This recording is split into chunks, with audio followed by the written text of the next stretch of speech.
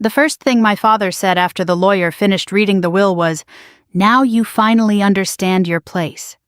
I can still hear the clink of ice in his glass when he said it. We were standing in the parlor of my grandfather's mansion, the same room where Navy secretaries, senators, and decorated officers had once shaken Admiral Thomas Whitaker's hand. The late afternoon sun was pouring across the Persian rug, lighting up the polished wood walls and the portraits of long dead men in uniform.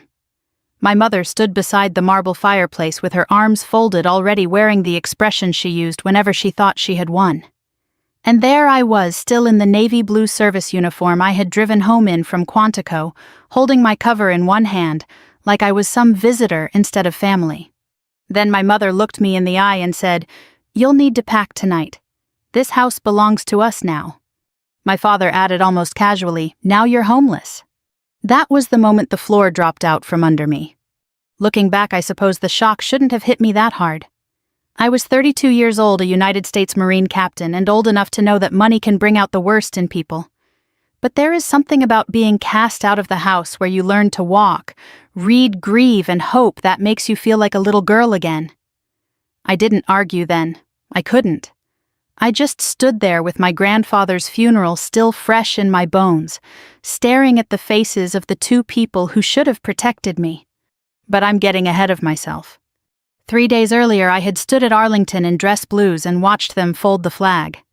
My grandfather, Admiral Thomas Whitaker, was 92 when he passed away, and until the final year of his life he still carried himself like a man in command.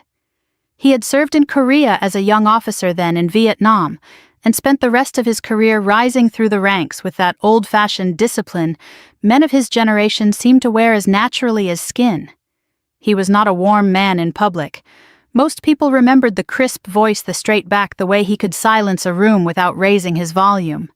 But at home with me, he was different. He taught me how to tie a square knot before I could ride a bicycle. He taught me how to check the oil in a car, how to shake hands properly, how to look people in the eye when they were speaking. On Saturday mornings, he made pancakes in a cast-iron skillet and let me drown mine in syrup while he drank black coffee and read the paper. When I was 10 and came home crying because some girls at school said I was too serious and too awkward, he sat me down at the breakfast table and said, "Character often looks lonely before it looks admirable." That line stayed with me. My parents, on the other hand, moved through life like permanent guests waiting for service. My father had worked in real estate years ago with mixed results and liked to talk about big opportunities that never seemed to pan out. My mother belonged to charity boards, mostly for the luncheons and photographs. They liked the Admiral's name, his status, the invitations that came with being his son and daughter-in-law, but they didn't like the discipline that came with him or the moral expectations. When I was young, they left me at the mansion for weeks at a time under the excuse that Granddad enjoyed the company. The truth was, he raised me more than they ever did. That was why I joined the Marines. People assume daughters follow in family military tradition out of obligation. For me, it was simpler. Service was the only honest language I had ever seen. My grandfather never once pushed me toward uniform. In fact, when I told him I wanted to apply to officer candidate school, he just nodded and asked, "Do you want it enough to suffer for it?" When I said yes, he replied, "Then earn it." I did. By the time he died, I had 2 deployments behind me, and a body that woke up stiff on cold mornings. I had missed birthdays, Christmases, and more ordinary Tuesdays than I could count. But Granddad understood that life. He never complained about my absences. He would simply write short letters in his neat hand, always ending with the same line, "Stand steady." When his health failed for good that winter, I took leave and came home to Virginia. The mansion sat on the water outside Norfolk, old brick and white columns, the sort of place people slowed down to admire from the road. Inside, it smelled like lemon polish, old books, and salt air drifting in from the bay. Even in hospice care, Granddad insisted on being wheeled to the library in the afternoons. That room was his true kingdom. Naval histories, framed maps, ship models, and windows looking out over the gray-blue water. 2 days before he died, he asked me to sit with him there. "You came back," he said. Of course I did. He studied me a long moment. His face had gone thin, but his eyes were still sharp. People show themselves clearly when the anchor line snaps. I smiled a little, not understanding. That sounds like one of your lessons. It is. He rested his hand over mine. Read everything carefully, Amelia. Especially when grief is making everyone else careless. Those were nearly the last coherent words he ever said to me. At the funeral, my parents cried in public, accepted condolences, and played their roles well. My father stood with a heroic expression that didn't belong to him. My mother wore black silk and grief like matching accessories. People approached me, old officers and their wives, neighbors, even one retired Marine colonel who had known Granddad in Washington. They all said the same kind of thing. Your grandfather was proud of you. He talked about you constantly. He said you had the strongest spine in the family. I was grateful for that, but exhausted too. Grief is a heavy thing at any age. It settles behind the ribs and turns simple tasks into labor. The will reading took place the next afternoon at a law office in downtown Norfolk. It was a quiet, old-fashioned place with paneled walls, brass lamps, and framed certificates yellowed with age. The attorney, Mr. Callahan, had handled my grandfather's affairs for years. He was in his 70s, silver-haired, careful, and not prone to dramatics. He offered coffee none of us touched, opened the file, and began. My parents received the mansion. They received the Tesla. They received substantial investment accounts and art holdings. I heard the numbers, but they floated past me strangely as if I were underwater. When he came to my name, there was a pause. Then a short provision so brief it barely sounded real. A personal bequest, some letters, a Navy shadow box, my grandfather's watch. That was all. My mother exhaled softly, pleased. My father leaned back in his chair like a man whose luck had finally come in.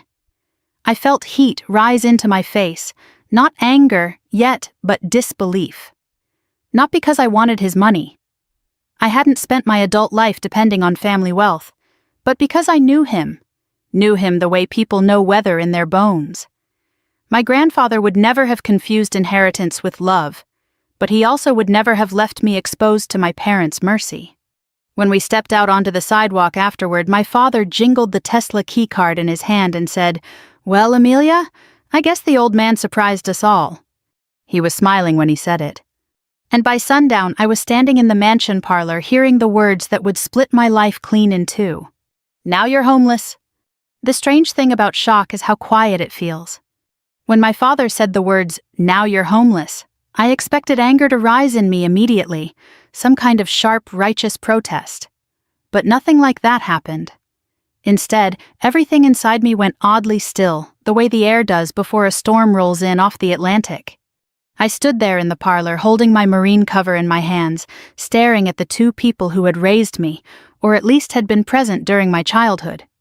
"You can't be serious," I said finally. My voice sounded calmer than I felt. My mother gave a small, impatient sigh, as if I were a teenager refusing to accept a simple rule. "Amelia, don't make this dramatic," she said. "Your father and I need privacy. This house is ours now." I looked around the room slowly. The Admiral's portrait hung above the mantel, his uniform immaculate rows of ribbons across his chest. The same portrait had been there my whole life. I had grown up beneath that steady gaze. For a moment I almost expected the old man to walk in from the hallway and put an end to this nonsense. But the house felt different now. Quieter. Colder. My father crossed the room and picked up a crystal glass from the side table. He poured himself bourbon from the decanter Granddad had kept there for decades. "You've got a good job," he said casually. "You're a Marine officer. You'll figure it out." He swirled the ice. Frankly, he added, "you should have your own place by now anyway." Something about the way he said it, like I was an inconvenience that had finally been cleared away, made my stomach tighten. "I just buried my grandfather this morning," I said. Neither of them answered. My mother glanced at the large grandfather clock near the staircase. "If you could pack tonight," she said, "that would make things easier for everyone."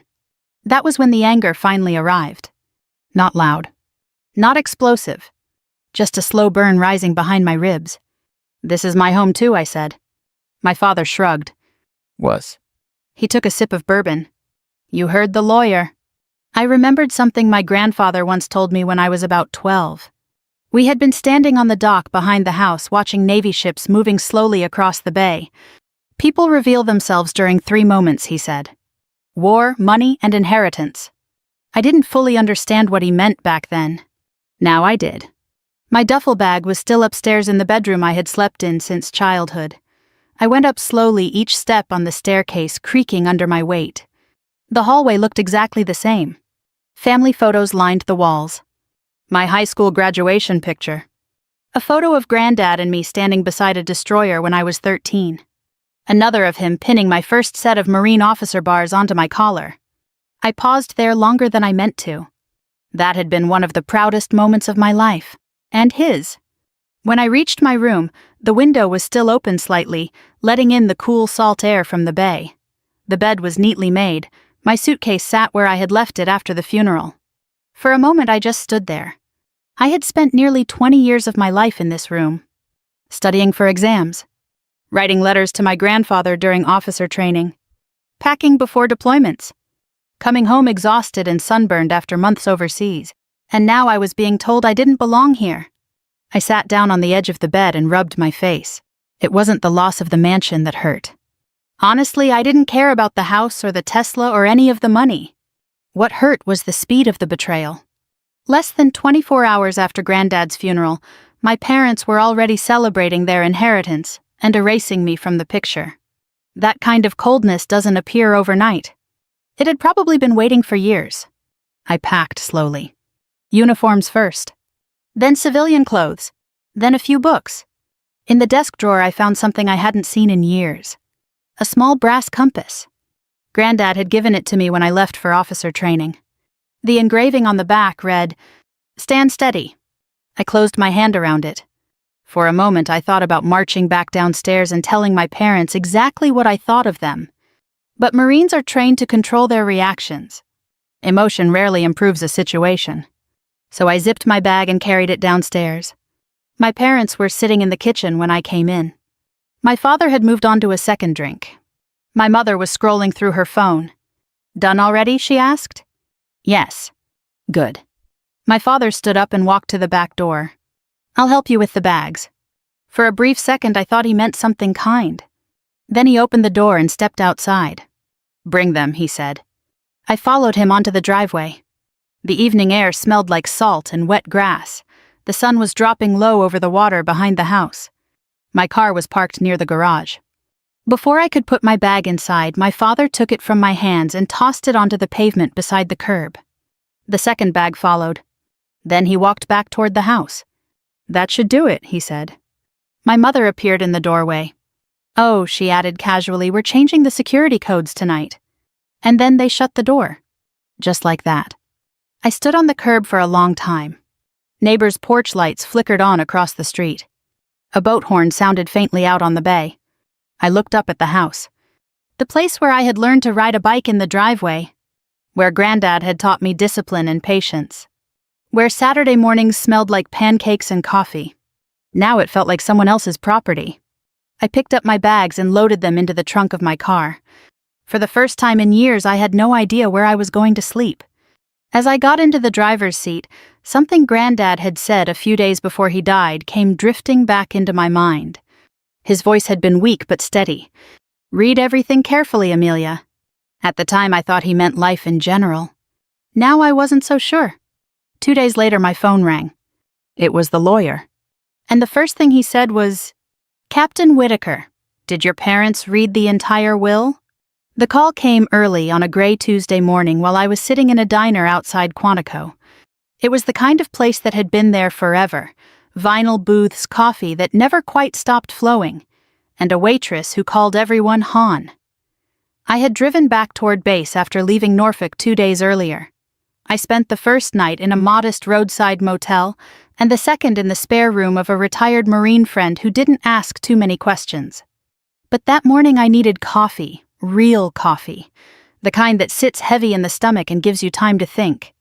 The diner windows looked out over a stretch of wet highway and a row of bare winter trees.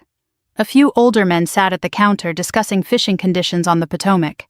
One of them wore a Korean War veteran cap. I remember noticing that detail for some reason. I had just finished my second cup when my phone buzzed on the table. The screen showed Callahan and Burke Law Offices, Norfolk, Virginia. For a moment I simply stared at it. Mr. Callahan was not the kind of lawyer who called people casually. I answered. Captain Whitaker speaking. There was a small pause on the other end. Good morning, Amelia, came the familiar voice of Mr. Harold Callahan. He sounded calm, but there was something unusual in his tone, almost amused. Yes, sir, I said. I hope I'm not interrupting anything important. No, sir. Well, he said slowly, I wanted to ask you something rather specific. I waited. Did your parents read the entire will? The question caught me completely off guard. I assumed they did, I said. Mr. Callahan let out a short breath that sounded suspiciously like a chuckle. Well, that explains quite a bit. Now I sat up straighter in the booth. I'm not sure I follow you, I said. Tell me something, he continued. After the reading, did anything unusual happen? That was one way to describe it.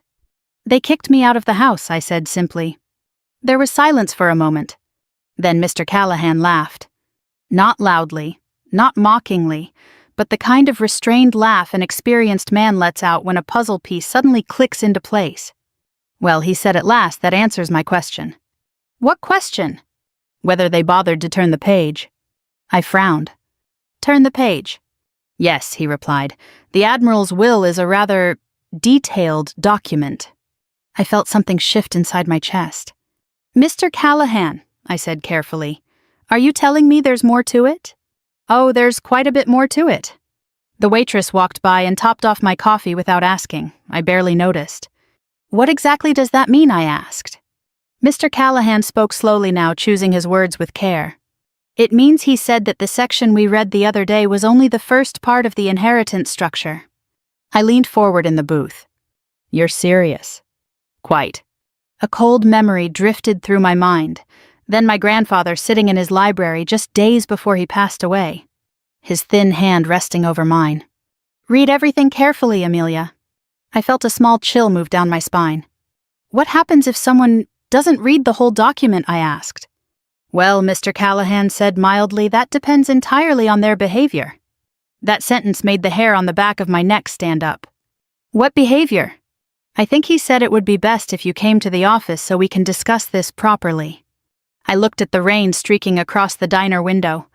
It would take about 3 hours to drive back to Norfolk. When I asked, how soon can you get here? I'll leave now. Good, he replied. There was a small pause before he added something else. Amelia, your grandfather was a very deliberate man. Yes, sir. And he had a remarkable understanding of human nature. That I already knew. I believe Mr. Callahan continued he expected certain people to behave exactly the way they did. My grip tightened slightly around the phone. What are you saying? I'm saying, he replied calmly, that the Admiral rarely left things to chance. Then he added one final sentence. You might want to hear the rest of that, Will. The drive to Norfolk felt longer than usual. The weather had turned cold and damp, the sky a dull blanket of gray stretching over the highway. Traffic moved steadily but slowly along I-95. Tractor trailers hummed past like moving walls. For most of the drive, I kept replaying Mr. Callahan's words in my mind. Whether they bothered to turn the page. That phrase stuck with me. My parents had always been impatient people. They liked the beginning of things, big announcements, flashy outcomes, easy rewards, but they never had much patience for details. Granddad, on the other hand, had lived in the details. Every decision he made had layers beneath it. When I finally reached downtown Norfolk, the streets were damp from rain, and the harbor wind carried the faint smell of salt and diesel fuel. Navy ships sat anchored in the distance like silent steel giants. Mr. Callahan's office looked exactly the same as it had 2 days earlier. Polished wood, framed legal certificates, a brass lamp glowing warmly over the conference table. He stood when I entered. Captain Whitaker, he said with a small nod. Sir. I sat down across from him. For a moment he studied me carefully. I'm sorry about your grandfather, he said sincerely. Thank you. Then he opened the thick folder sitting on the desk between us. This, he said, tapping the stack of papers, is Admiral Whitaker's full will and estate directive. He turned several pages slowly. The quiet rustle of paper filled the room. I must admit, he continued, I suspected something might happen. You did. Well, he said thoughtfully, the Admiral specifically instructed me to wait 48 hours before contacting you, if certain conditions were met. My heart skipped slightly. What conditions? Mr. Callahan adjusted his glasses. The condition, he said, that your parents violated the will. The room suddenly felt very still. What do you mean? He slid a page toward me. At the top was a section labeled Conditional Inheritance Clause. Mr. Callahan folded his hands. You see, Amelia, he said quietly, your parents did inherit the mansion. Yes. But only under very specific conditions. I looked down at the document. My grandfather's signature sat at the bottom of the page in firm, steady ink. Mr. Callahan smiled faintly. And from what you told me on the phone, he tapped the paper gently. They broke those conditions within 24 hours. My chest tightened. What happens when that happens? Mr. Callahan leaned back in his chair. Well, he said calmly, that's where things get interesting. Mr. Callahan slid the document across the polished desk toward me. The paper itself didn't look extraordinary, just legal language, dense paragraphs, numbered clauses, the kind of writing most people skim because they assume the important part has already been said. My parents had clearly done exactly that. I read the heading again. Conditional Inheritance Clause. For a moment I didn't speak. The room was quiet except for the soft ticking of a clock somewhere behind me. Take your time, Mr. Callahan said. I began reading. The first lines explained that the Admiral's primary residence, the Norfolk waterfront estate, along with certain vehicles and assets, would initially pass to my parents. That much I already knew. But the next section stopped me cold. The inheritance, it stated, was conditional. My parents were required to uphold 3 specific obligations. The first condition read, the beneficiaries must allow Captain Amelia Whitaker permanent residence within the family home for as long as she wishes. I blinked and looked up. Mr. Callahan gave a small nod. Keep reading, he said. The second condition followed immediately. Captain Amelia Whitaker shall maintain shared authority regarding the management and preservation of the estate property. Shared authority. Not guest. Not visitor. Authority. I felt my heartbeat begin to rise. Then I read the third condition. The beneficiaries must maintain and support the Admiral Thomas Whitaker Veterans Outreach Foundation, as outlined in the estate directive. That foundation had been my grandfather's passion in the last years of his life. He had spent enormous energy helping aging veterans find housing, medical care, and community. My parents had always treated the project like a nuisance. I looked back at the page. There was one more section beneath those conditions. The final paragraph. The enforcement clause. If any of the above conditions are violated or deliberately ignored by the beneficiaries, full ownership of the Norfolk estate and associated assets shall immediately transfer to Captain Amelia Whitaker. I stopped reading. For several seconds I simply stared at the words. Then I looked up slowly. Mr. Callahan was watching me carefully. You see the problem, he said gently. My parents kicked me out. Yes. They changed the security codes. Yes. And they told me I wasn't family anymore. Mr. Callahan folded his hands on the desk. Legally speaking, he said calmly, they violated the will within 24 hours. The words landed like a quiet thunderclap. I leaned back in my chair, trying to absorb the reality of what I had just read. My grandfather had known. He had predicted exactly what would happen. A strange mixture of emotions rolled through me then. Surprise. Vindication. Sadness. Because none of this felt like revenge. Not really. It felt more like a lesson my grandfather had carefully constructed. He knew, I murmured. Mr. Callahan tilted his head slightly. Yes.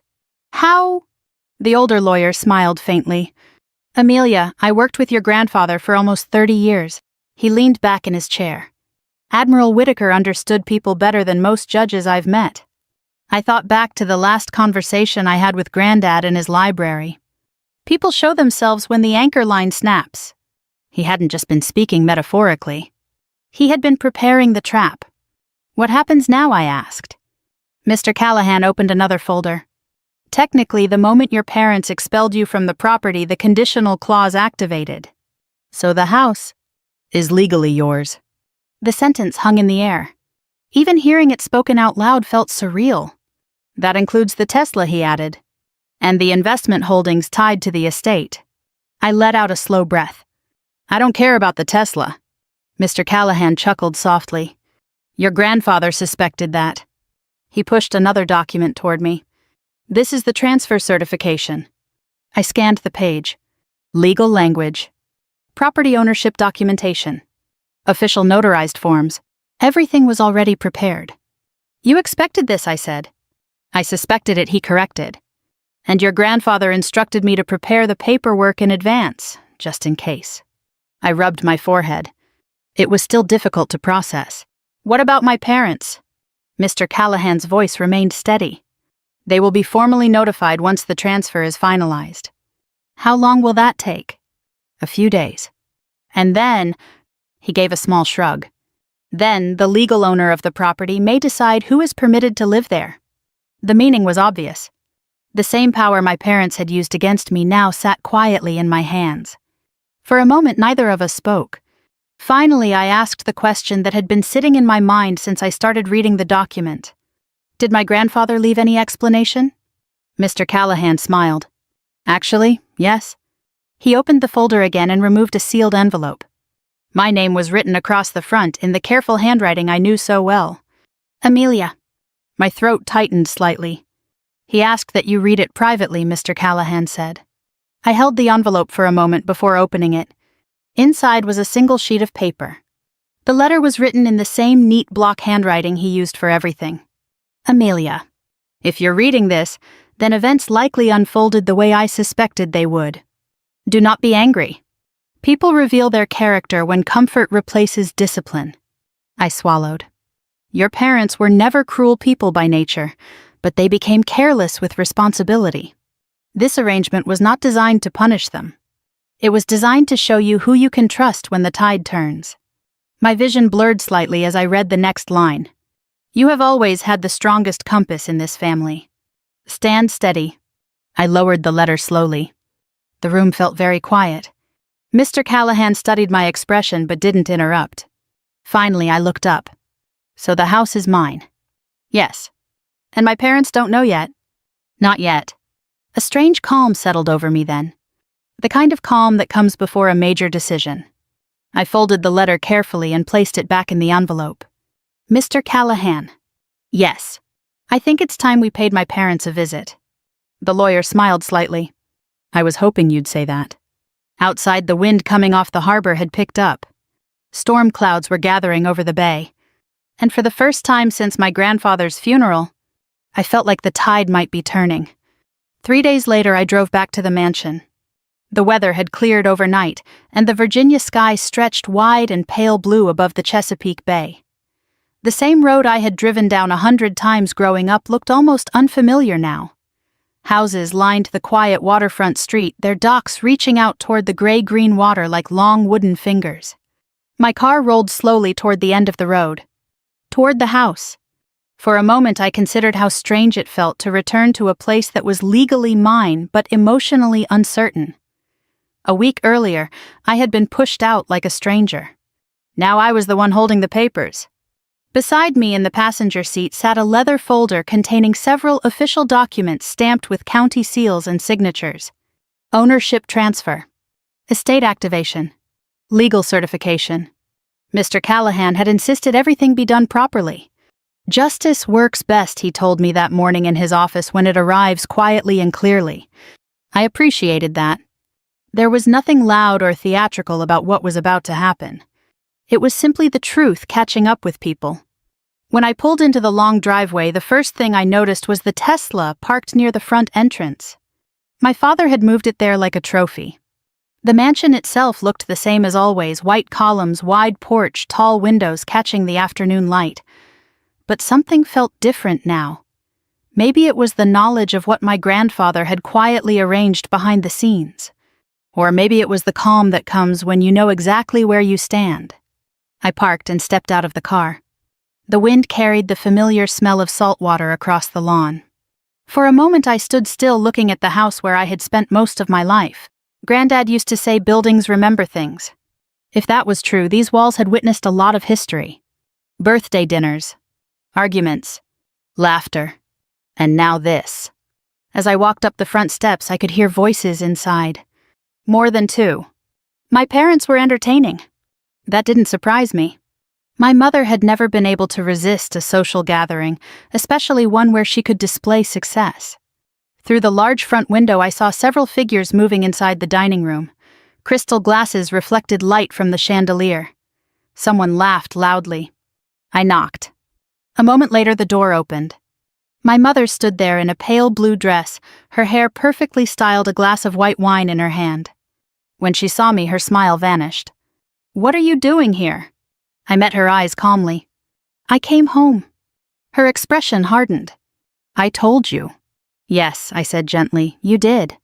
Behind her, several guests had noticed the conversation and turned to look. I recognized two of them neighbors from down the street and one of my father's old golf friends.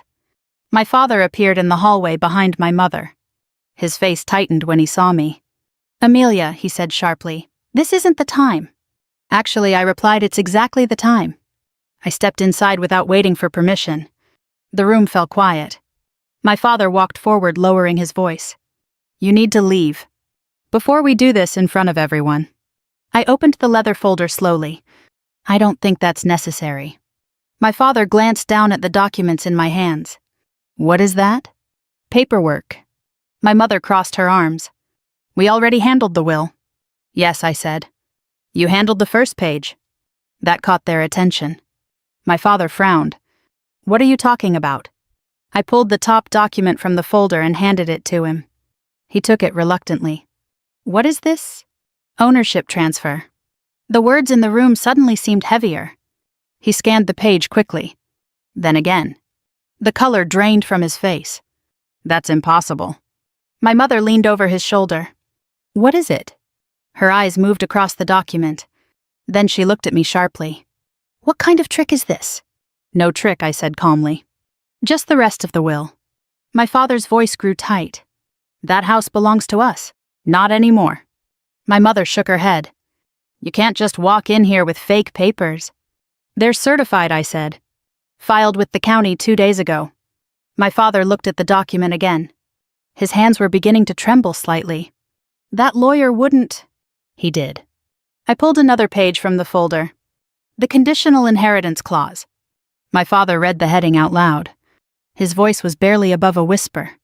"Conditional inheritance?" Behind us, the dinner guests had gone completely silent. One of the neighbors cleared his throat awkwardly. My mother snatched the paper from my father's hand.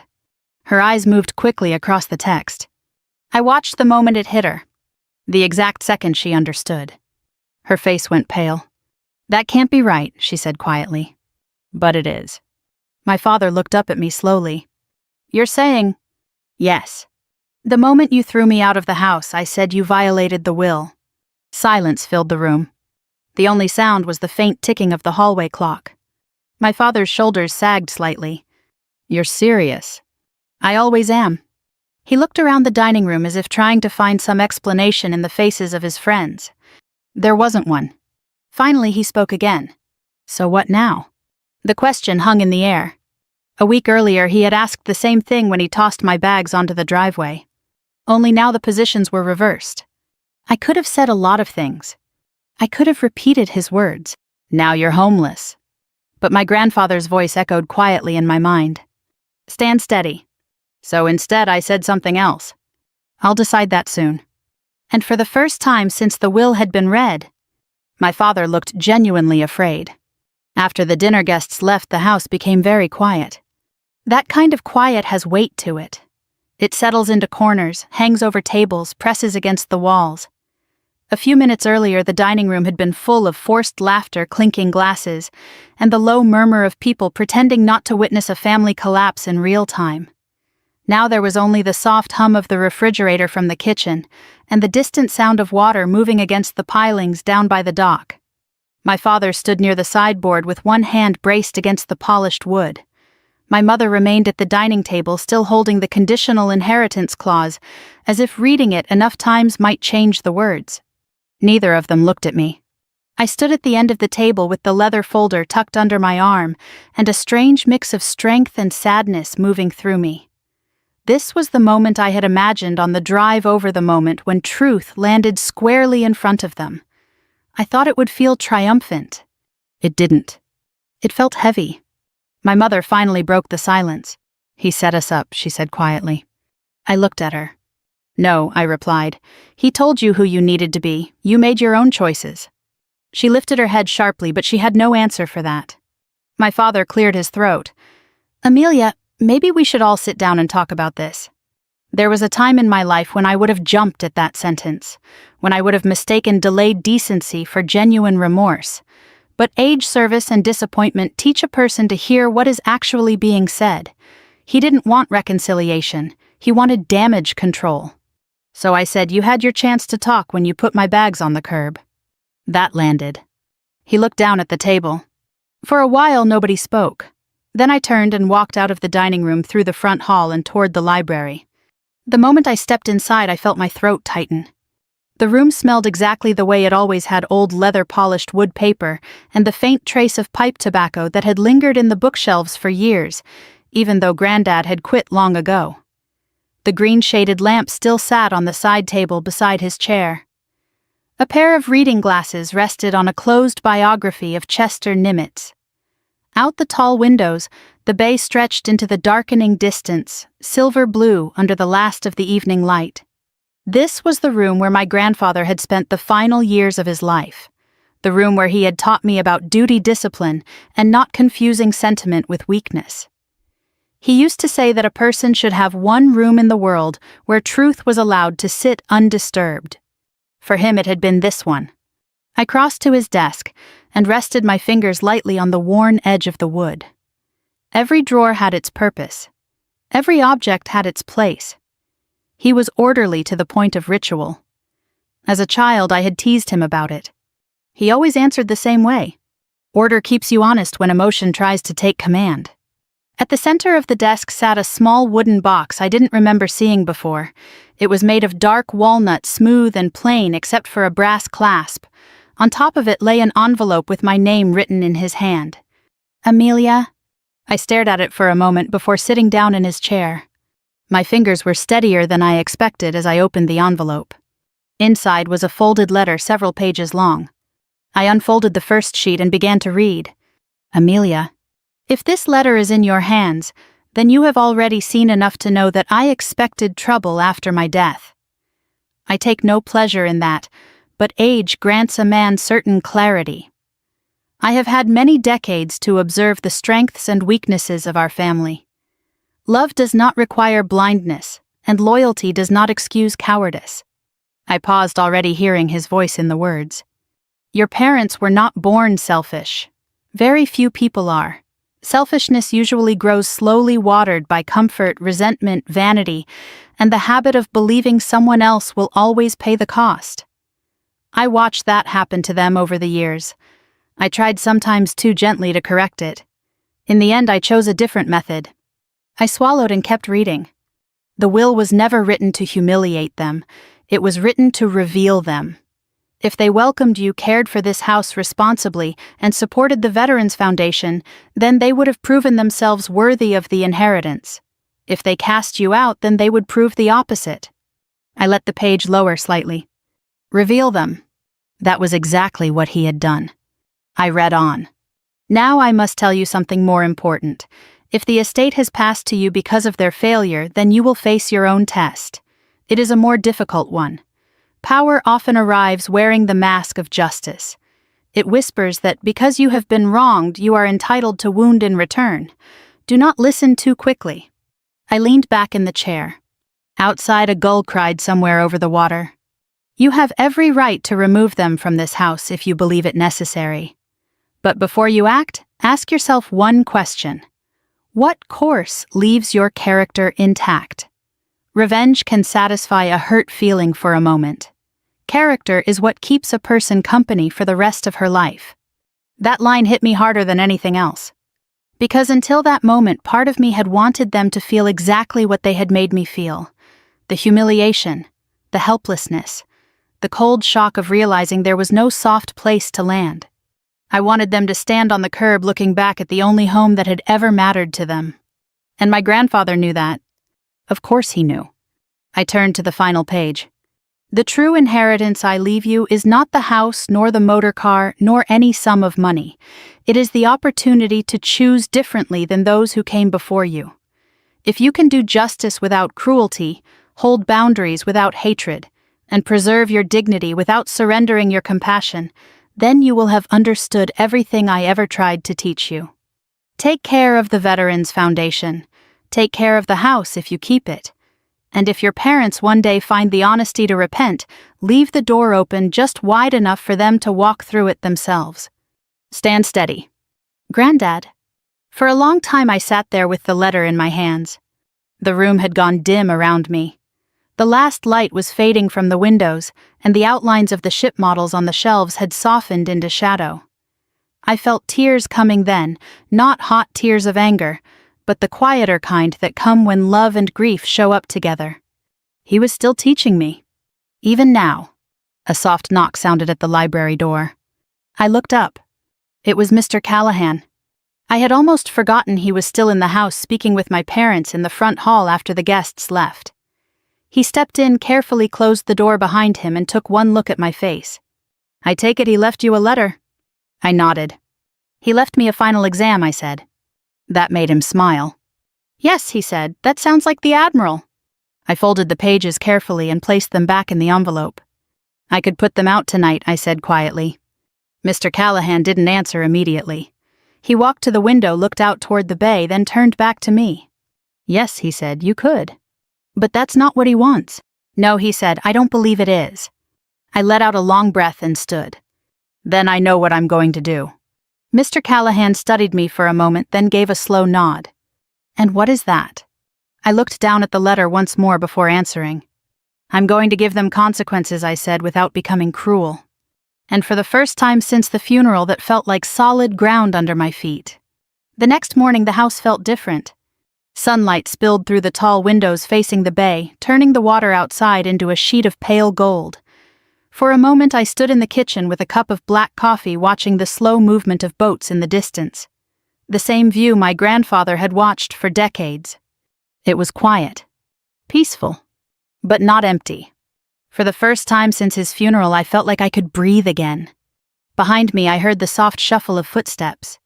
My father entered the kitchen slowly. He looked older than he had the night before. The confidence that had always carried him through rooms, through deals, conversations, and social gatherings had drained away. He cleared his throat. You're up early. Habit, I said. He nodded awkwardly. Military schedules have a way of following you long after the alarm stops ringing. For a few moments neither of us spoke. Then he said something that surprised me. I didn't sleep much. I turned to face him. I'm not surprised. He ran a hand through his hair, looking around the kitchen as if seeing it for the first time. You really own the house now? Yes. The word landed between us with a quiet finality. He leaned against the counter. I suppose you could tell us to leave. I could. Another silence followed. Then my mother appeared in the doorway. Her makeup was gone, her hair pulled back simply, and the sharp confidence she had worn during the dinner party had softened into something closer to uncertainty. Amelia, she said carefully. I waited. We owe you an apology. It wasn't a dramatic moment. No tears. No speeches. Just a simple sentence spoken in a quiet kitchen. But after everything that had happened, it mattered. My father nodded slowly. We handled things badly, he said. Very badly. I studied them both. For years I had wanted to hear those words, but now that they had arrived, I realized something important. An apology does not erase what happened. It simply opens a door. Whether you walk through it is another matter. I read Granddad's letter last night, I said. My mother looked up. He left you one. Yes? What did it say? I thought about the pages folded in my pocket. He said something interesting, I replied. I stepped closer to the kitchen table and set my coffee down. He said money doesn't change people. They watched me quietly. It just removes the mask. My father looked down. I guess we proved that. Yes, I said. But the story doesn't have to end there. That caught their attention. My mother frowned slightly. What do you mean? I pulled 3 papers from the folder Mr. Callahan had prepared. The first was the official estate transfer. The second was the charter for the Admiral Thomas Whitaker Veterans Outreach Foundation. The third was a simple agreement. I laid them on the table. The mansion stays in my name, I said calmly. That's not changing. They nodded. I expected that. But you won't be thrown out, I continued. Both of them looked up quickly. You can stay here, I said. Under conditions. My father gave a tired smile. Seems fair. I pointed to the foundation document. The Veterans Outreach Program is expanding. Granddad left enough funding to build transitional housing for older veterans who don't have families. My mother looked surprised. I didn't know that. You never asked. That line stung, but it was true. I continued. The guest cottages on the east side of the property are being converted into housing for veterans and their spouses. My father studied the plan. That's actually a good idea. It was his idea, I said. You two can stay in the smaller cottage near the garden. My mother blinked. You're moving us out of the house. I'm repurposing the house. The main building would become the headquarters for the foundation. Meeting rooms, counseling offices, community spaces for veterans who had spent decades serving the country, but now needed somewhere steady to land. My father leaned back slowly. So the Admiral's mansion becomes a veterans center. Yes. He let out a small breath. You know, he would have liked that. I smiled slightly. I know. For a while, the three of us sat quietly around the table.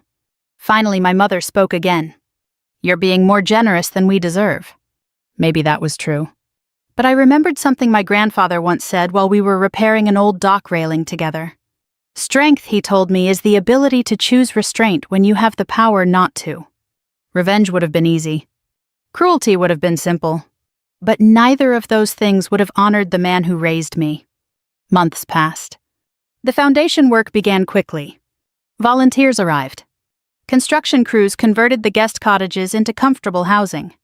Veterans started coming in small numbers, at first retired sailors, former Marines' widows of servicemen who had nowhere else to go. Many of them were older. Men and women who had spent decades serving the country only to discover retirement could sometimes be lonely. The mansion slowly transformed. The dining room became a meeting hall. The library remained exactly as my grandfather left it. His portrait still hung above the fireplace. And every time I walked past it, I felt like he was quietly approving of the course we had chosen. My parents adjusted too. It wasn't easy for them at first. Pride rarely fades overnight. But something changed when they began meeting the veterans who came through the property. My father started helping maintain the docks. My mother began organizing community dinners twice a week. One afternoon, nearly 6 months later, my father joined me on the porch overlooking the water. He leaned on the railing beside me. I've been thinking about your grandfather, he said. I do that a lot. He was a complicated man. Yes. My father nodded slowly. But he was right about something. What's that? He looked out at the bay where a Navy destroyer moved slowly toward open water. Character matters more than money. I smiled a little. That was one of his favorite lessons. He looked back at the house behind us, the old Admiral's mansion now filled with conversation, movement, and purpose. You turned his plan into something bigger, he said. No, I replied quietly. He did. The sun dipped lower over the Chesapeake, turning the water into a sheet of copper and light. For a moment I imagined my grandfather standing beside us the way he used to, hands clasped behind his back, studying the horizon. And I realized something. The greatest inheritance he left wasn't the house. It wasn't the Tesla. It wasn't the money. It was the chance to choose who I would become when the world tested me. And if this story meant something to you, if it reminded you of someone who shaped your life the way my grandfather shaped mine, then I hope you'll take a moment today to remember them. Maybe even share their story with someone who needs to hear it. Because the people who teach us character deserve to be remembered long after the inheritance papers are signed. And if you'd like to hear more stories like this, stories about family dignity and the choices that define us, you're always welcome to stay a while and listen. Thank you for being here.